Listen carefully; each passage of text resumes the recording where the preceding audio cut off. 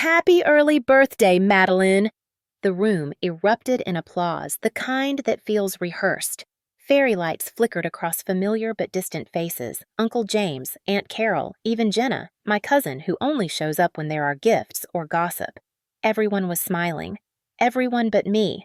My mother Barbara stood front and center, her hair perfectly styled lipstick, a bold shade of crimson, and eyes gleaming with something that wasn't joy. She guided me to the center of the room with the same theatrical flair she once used in her college drama club.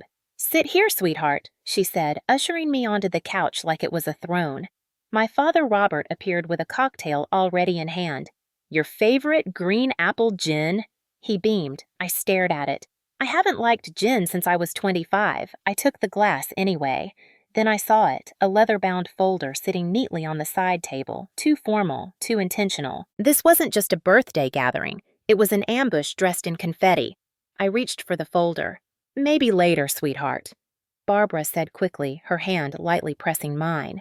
"Let's just enjoy the night." But my fingers had already opened it. The first line punched harder than the gin ever could. "I, Madeline, hereby relinquish all rights to the Louise Inheritance Trust." I looked up.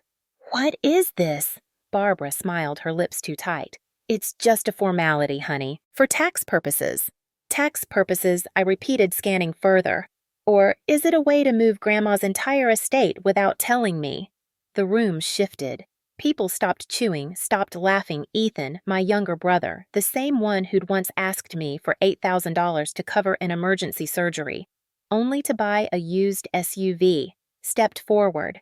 "Come on, Mads, everyone else already signed." "Just do it." I laughed, but not the kind that lifts a room, the kind that cuts through it. "So this is the surprise." I said, "The real gift." Barbara's eyes hardened. "Don't make a scene. Everyone's here." "No," I said. "Everyone deserves to hear the truth." I stood holding the folder delicately like it might burn me, and maybe it already had. 3 days earlier, I got the message, "Madeline Love, come by the house at 6. We have something special for you." It froze me. Special from Barbara usually meant emotionally loaded favors disguised as affection. The last time she used that word, the family cornered me into co-signing a loan for Ethan's startup. A business that lasted 3 months before collapsing under mismanagement and ego. Still like a fool, clinging to the remnants of hope, I went. I sat in my car outside the house, their house, though I had helped pay for the down payment when Robert's investment deal fell apart 4 years ago.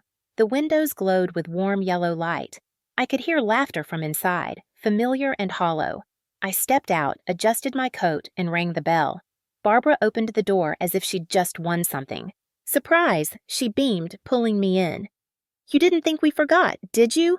No, forgetting me would have been kinder. Inside were relatives I hadn't spoken to in years, all pretending like we were still a functional family. I smiled because that's what I'd always done. I was the steady one, the reliable daughter, the financial fixer, the fool. And now, as I stood there holding a legal document disguised as a birthday gift, I realized something. They weren't inviting me to celebrate. They were inviting me to surrender. I didn't cry. I didn't scream. I didn't even raise my voice. I just stood there holding the folder like it was some fragile heirloom, not a weapon forged behind my back. The silence that followed was the truest moment I had ever shared with my family. Raw, exposed, and absolutely empty. Ethan avoided my eyes. Jenna scrolled through her phone like the truth unfolding in front of her wasn't more urgent than a notification. Barbara's smile faltered for a split second before she replaced it with her classic passive-aggressive glaze. Robert. He looked disappointed, but not in them, in me, as if I'd just ruined their little game by not playing along. "I thought I was family," I said, voice calm, controlled. "Not a walking checkbook." "You're being dramatic," Barbara cut in. "This is a tax form, that's all." "Then why not ask me privately? Why hide it in a party? Why make it feel like a trap wrapped in tinsel?" My mother stepped closer. Her voice dropped to a sweet but sharp whisper. "You already have enough. Madeline, a high-paying job, no kids, no mortgage. Your grandmother left you everything when we've all struggled for years. We're your family. Why do you need more?" That was it. The final straw. I placed the folder on the table gently, almost ceremonially, and straightened my shoulders. Because Grandma trusted me, and tonight you all just proved why. The room fell into a heavy hush. I turned to leave, but Barbara's voice chased me out. If you don't sign it, there will be consequences. Madeline? I paused, hand on the doorknob, then turned back to look her dead in the eye. I've lived with consequences my whole life. Now I choose clarity. I walked out into the chilly night air, letting the silence close behind me like a door I would never reopen. Emily was waiting in her car outside. Her presence was the only real gift I'd gotten that night. She didn't ask anything. She just handed me a paper cup of hot tea and waited. They tried to make me sign it, I said finally at my birthday party. Wow, she muttered. Even for them, that's a new low. I nodded slowly, staring out the windshield, processing everything. They had a legal document drawn up relinquishing all of Grandma's trust. They wanted me to sign it in front of everyone, like it was just a card. Emily gripped the steering wheel tighter. Madeline, this isn't just manipulative. It's illegal if they forged anything. No, I replied. They didn't forge. They just counted on me doing what I always do. Say yes. She glanced at me. So, what are you going to do? I looked down at the folder on my lap. The embossed leather was starting to crease where I'd been gripping it too tightly. I'm going to find out what they didn't tell me. That night, I went home and pulled out the last message Grandma Louise ever sent me. I'd kept it unread for weeks after her passing, too emotional, too final. But now I saw it for what it was, a warning and maybe a lifeline. If things ever feel wrong, find Harold. I've left you more than money. Harold, her longtime attorney. I remembered him vaguely quiet, silver-haired, always polite. The next morning I called his office. The receptionist scheduled me for a 10 a.m. appointment. The following day, I barely slept. I kept thinking about how I'd paid off my dad's investment debt, how I'd covered Barbara's credit cards, how I'd signed over years of emotional labor without a second thought, and how all of that still wasn't enough to buy me a seat at the table as an equal. Maybe it was time I stopped asking for one. Maybe it was time I built my own. At exactly 9:50 a.m., I stood outside a red brick building in downtown Boston, heart-pounding. The plaque read, Harold, Estate and Financial Law. I walked in palms, sweaty throat tight. Harold greeted me warmly as if he'd been expecting this moment for a while. He motioned to a seat across from his desk, then pulled out a sealed envelope. This is for you, he said. Louise instructed me to give it to you personally. Inside was a USB drive and a letter. My name was written on the envelope in my grandmother's distinctive cursive. She also left a video message, Harold said, plugging the USB into his computer. The screen flickered to life.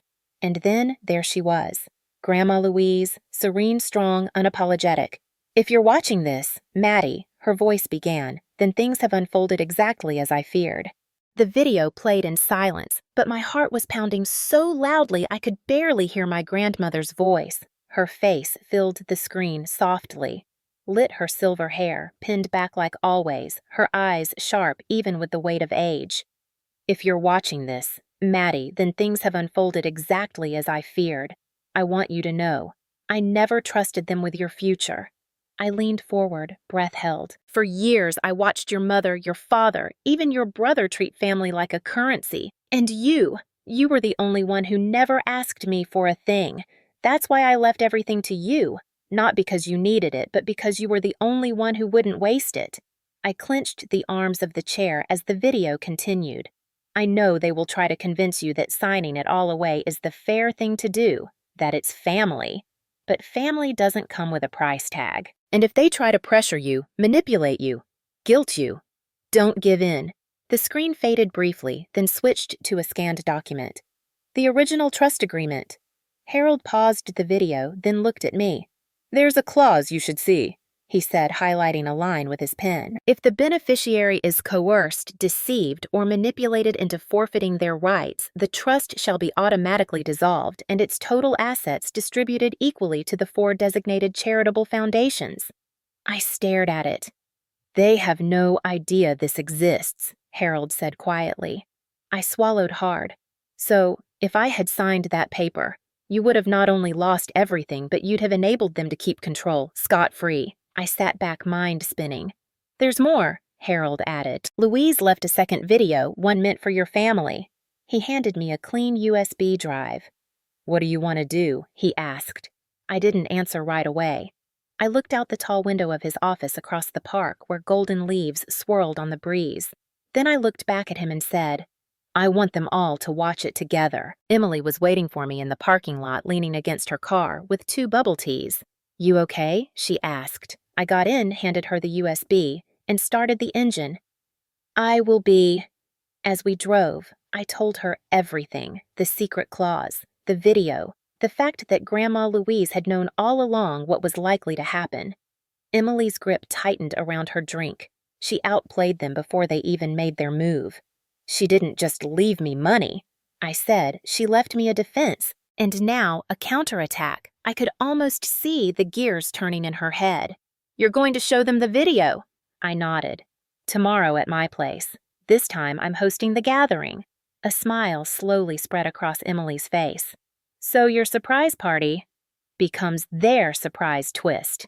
Exactly. That night, I rearranged my living room. I borrowed a proper projector from the office and tested the angle 3 times. I cleaned the coffee table, set up the speakers, and placed the second USB next to the laptop.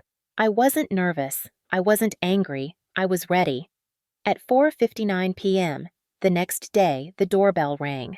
Barbara arrived first, of course, dressed in soft beige, as if trying to radiate innocence. Her heels clicked with every step. "Where's the document?" she asked the moment she stepped inside, skipping greetings entirely. "I invited everyone," I replied calmly. "Let's wait for the others." Robert followed her in wearing his signature red tie, his power tie as he used to call it during board meetings. Ethan was the last to arrive, his hands shoved in his pockets, face tight with discomfort. "Sit," I said. "There's something I need to share with you all." The lights dimmed, the projector flicked on, and there she was, Grandma Louise again, now addressing them, Barbara, Robert, Ethan. "If you're watching this, then you've tried to convince Madeline to sign away her inheritance. Shame on you." I didn't take my eyes off them. Barbara froze. Robert's jaw tightened. Ethan sank deeper into the couch. "This trust is mine to assign, and I've assigned it in full to Madeline. Not because she's perfect, but because she's the only one who never tried to take what wasn't hers. The trust is bound by conditions. If any of you attempt to contest this, 50% will go directly to the charities I've named." I paused the video there. Let the silence linger. "I know what you tried to do," I said, stepping forward. "I know everything." Barbara tried to speak, but I raised my hand. "This time I'm the one writing the script." The silence after my words was louder than anything Grandma Louise had said on that screen. Barbara's fingers tightened around the strap of her purse. Robert stared at the paused image of Louise's face on the projector, like he could will it to disappear. Ethan looked like he wanted to melt into the couch cushions. "I'm not here to argue," I said. "I'm here to present facts." I placed a thick manila envelope on the table in front of them. The flap was open just enough to show a series of neatly tabbed documents. Barbara eyed it like it might bite her.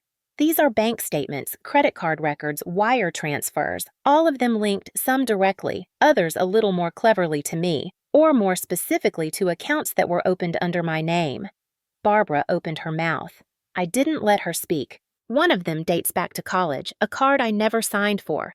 Used consistently for 3 years, mostly for designer shoes and resort weekends." I shifted my gaze to Robert. "One of your loans labeled education expenses went straight into a failed crypto investment." His face paled. "And this," I said, pulling out a final sheet, "was the $8,000 I transferred when you told me Ethan had been in an accident and needed surgery." I walked over and placed the sheet in front of Ethan. It was used 2 hours later at a used luxury car dealership in Miami. Ethan's lips parted, but nothing came out. He looked at the document, then away, as if the words might rearrange themselves into something more convenient if he avoided eye contact. "I have copies of all of these," I continued. "And so does Harold, and so will the IRS. If any of you try to retaliate—" Barbara finally found her voice. "You kept all this. You were spying on us." I laughed short and cold. "I wasn't spying. I was surviving." Her voice rose slightly. "You're making us out to be criminals. You made yourselves out to be that. I'm just holding up the mirror." Robert leaned back, folding his arms. "What do you want?" Madeline. I tilted my head. You mean now that I'm not the ATM machine you all assumed I'd always be? He said nothing. I don't want your money. I don't want your apologies. I want you to understand this. You no longer have access to me or to anything tied to me. I walked over and unplugged the projector. The room dimmed into silence, broken only by the soft hum of the laptop powering down. You used to tell me I was too sensitive, I said to Barbara, that I took things too personally, but I wasn't too sensitive. I was too patient. She looked stunned. I kept waiting for you to see me as a person instead of a solution. I turned to Robert. And you. Every time you said family means sacrifice, what you really meant was my sacrifice. He looked away. I returned to the table, pulled out one last document, and placed it down. This is a summary of the original trust terms. It's notarized, time-stamped, and registered. If any of you contact me again to try and contest what's been decided, 50% of the trust goes to charity automatically. Ethan sat up suddenly. Madeline, come on. We're family. I gave him a long, quiet look. No, you're people I share DNA with. That's not the same thing. Barbara's voice cracked. You'll regret this one day. You'll need us. I nodded slowly. Maybe.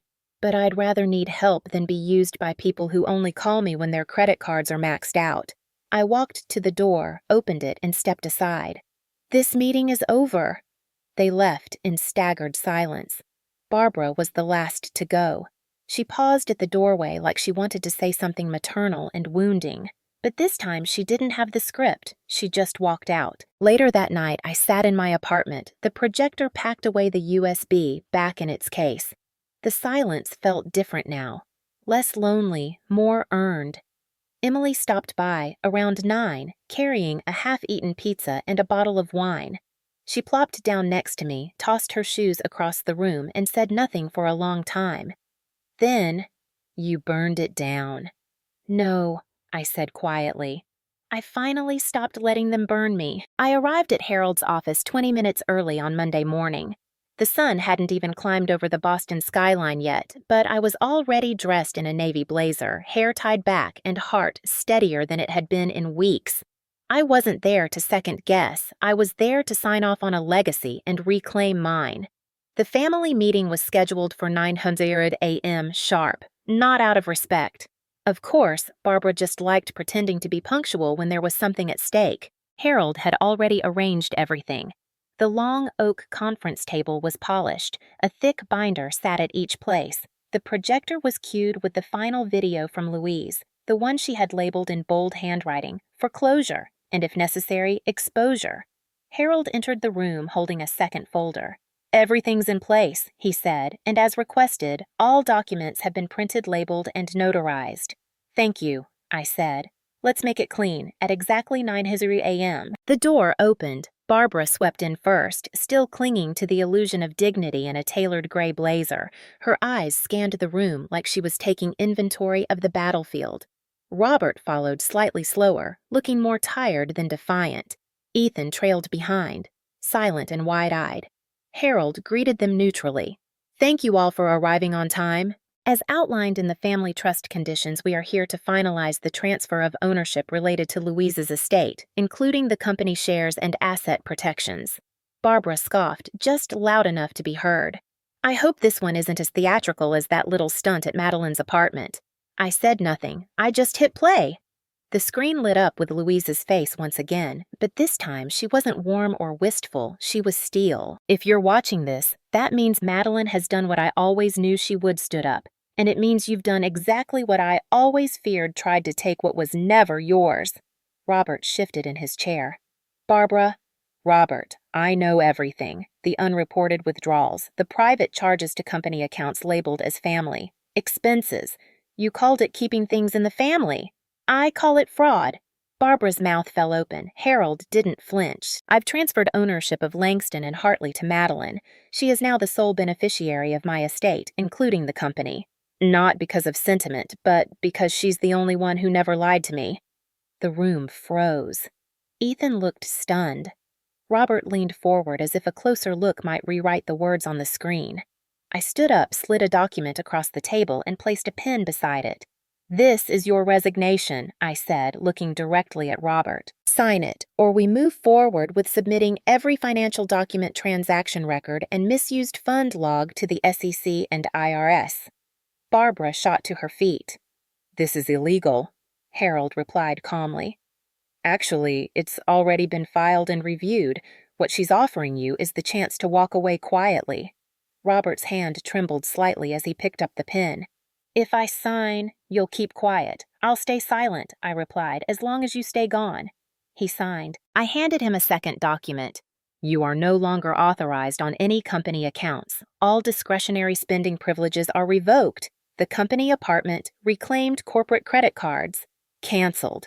You're done." I turned to Ethan. "And you! There will be no more wiring money to Florida or pretending to need loans for medical expenses." He opened his mouth. I raised a hand. "Don't!" Barbara looked ready to scream, but something had shifted in her too. Maybe it was the cold clarity of Louise's voice. Maybe it was the resignation in Robert's posture. Maybe it was the dawning truth they had lost. "This isn't the end," she whispered. "You'll come back one day. You'll realize you need us." I looked at her. This woman who raised me to be silent, who taught me that love was conditional and loyalty was transactional.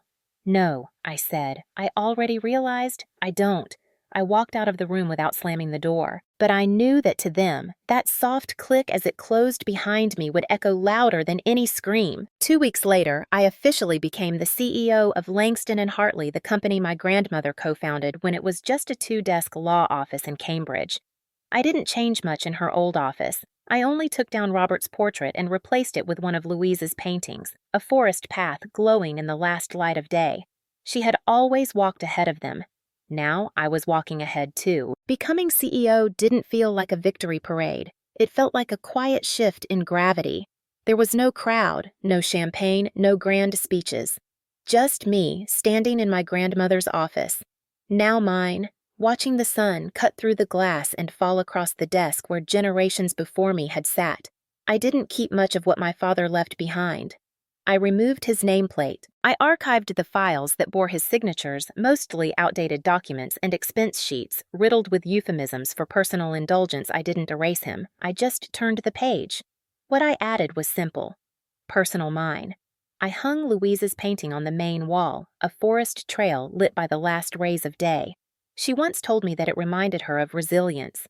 "You don't always need to see the whole path," she said. "Just enough to keep going." I also added a single-framed photo me and Emily holding coffee cups in a Vermont seminar hall surrounded by 20 young women we'd just taught about financial abuse and autonomy.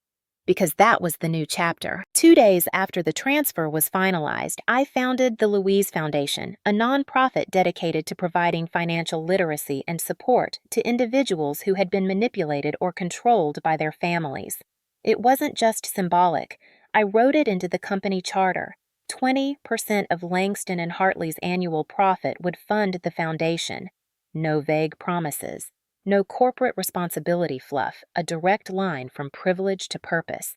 The board was hesitant at first, but when I laid out the data, the gap in resources for victims of financial abuse, the silence that still surrounded inheritance coercion, the number of young adults bankrupted by their own parents' bad choices, they nodded, surprised maybe, but not resistant. For once, the silence in the room meant agreement. That week, I got a text from an unfamiliar number. "Madeline, it's your mother. Your father just got out of the hospital. We need to talk." I stared at the message for a long moment, then I typed, "Friday, 3 p.m., my office." No smiley face. No hope. "You're well. Just logistics." They arrived on time. Barbara wore a muted blue blouse and a carefully measured expression of humility. Robert looked smaller than I remembered him, slimmer, older. His face was drawn, like life had worn him thin. They sat across from me at my office table. No coffee, no pleasantries. "We're not here to ask for money," Barbara said quickly, as if the words had to be spat out before pride took them back. "We just want to understand where things stand." I slid 2 envelopes across the table. Inside each was a list, certified financial counseling services, and in Robert's, a program for gambling recovery. "I won't fund your lifestyle anymore," I said. "But if you're serious about rebuilding your life, I'll cover the cost of starting over." That's all. Barbara opened her mouth, but I raised my hand gently. I'm not here to relitigate the past. I'm not here to punish you either. I'm here because I believe Louise would have wanted me to show you the same thing. She showed me a door. You can choose to walk through it. Or not. Robert nodded slowly. You're stronger than we thought. No, I said. You just never thought I'd stop needing you. Barbara's voice trembled. Do you think we're horrible people? I didn't flinch.